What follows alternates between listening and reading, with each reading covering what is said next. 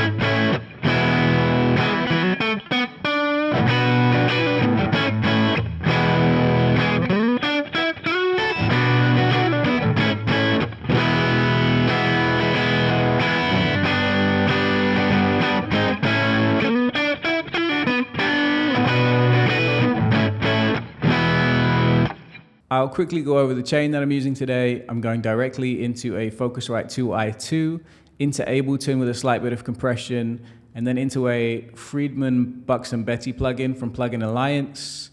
And then I've got a little bit of TSAR-1R reverb from Softube, which came free with the interface. It's like the light version.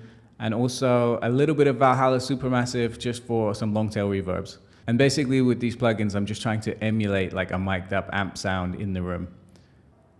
So after listening to the two guitars back to back, for me, I have a clear winner, which is the Core, and as it should be, it is 4 times more expensive.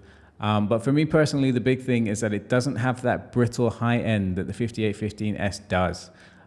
It's a low output pickup, and the high end in general is just much more smoothly rounded out.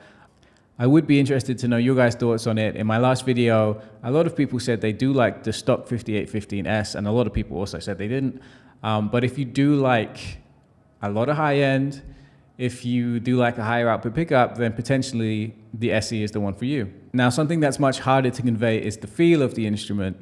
And swapping back and forth, the Core almost makes the SE feel like the toy version. And that's way too far, but it's that kind of thing where it's a clear imitation of something that is finished much nicer. Now, that's not to say that the SE is a bad guitar by any stretch of the imagination.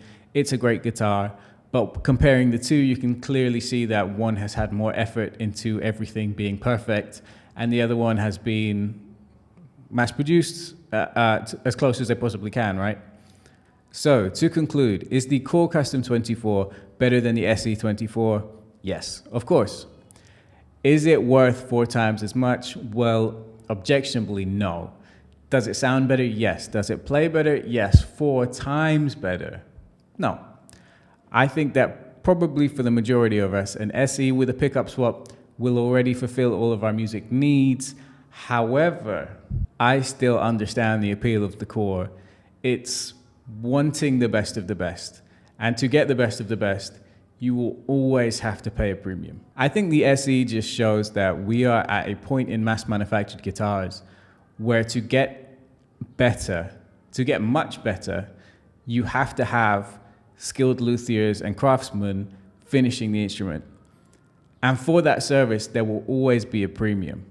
So on top of the fancy words and obviously having a one-piece mahogany body and a real flame maple cap, yeah, that's nice. It doesn't really bother me as a player, other than the pickups, which I think are important that you have the highest quality possible. I still see the appeal, and it's almost like, in a way, it's a status symbol and jewelry that, you know, you're at that level where you have the best of the best and you wanted the best of the best. So if you can afford it, dive in.